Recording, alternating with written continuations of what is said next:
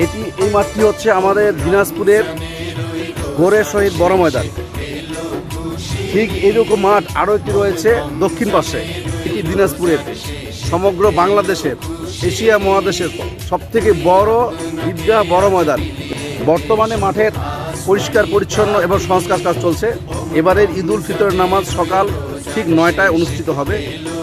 আমাদের দিনাজপুর জেলা রয়েছে 13টি উপজেলা।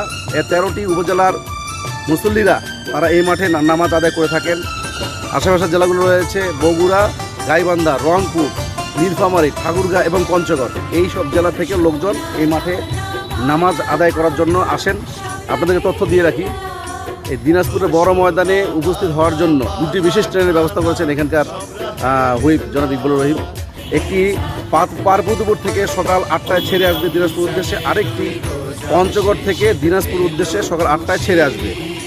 এই মাঠে আসার জন্য মুসল্লিদের কোনো টিকিট বা কোনো পয়সা দিতে লাগবে না, সম্পূর্ণ তারা ফ্রিতে এই মাঠে আসতে পারবেন এবং বাসায় যেতে পারবেন। আপনারা যারা এখনও এই মাঠে কোনোদিন নামাজ আদায় করেননি, আমি তাদের উদ্দেশ্যে বলবো আপনারা আসেন, একটিবার হলো এই মাঠে নামাজ আদায় করেন, নিজেকে খুব ভালো লাগবে।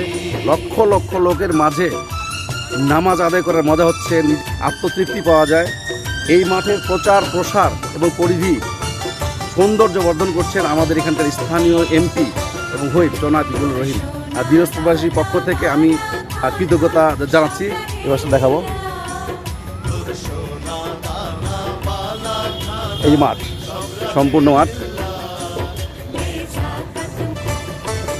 আর কয়েকদিন পর এই মাঠে অনুষ্ঠিত হবে বিশ্বের সবথেকে বড় ঈদগাহ জামাত।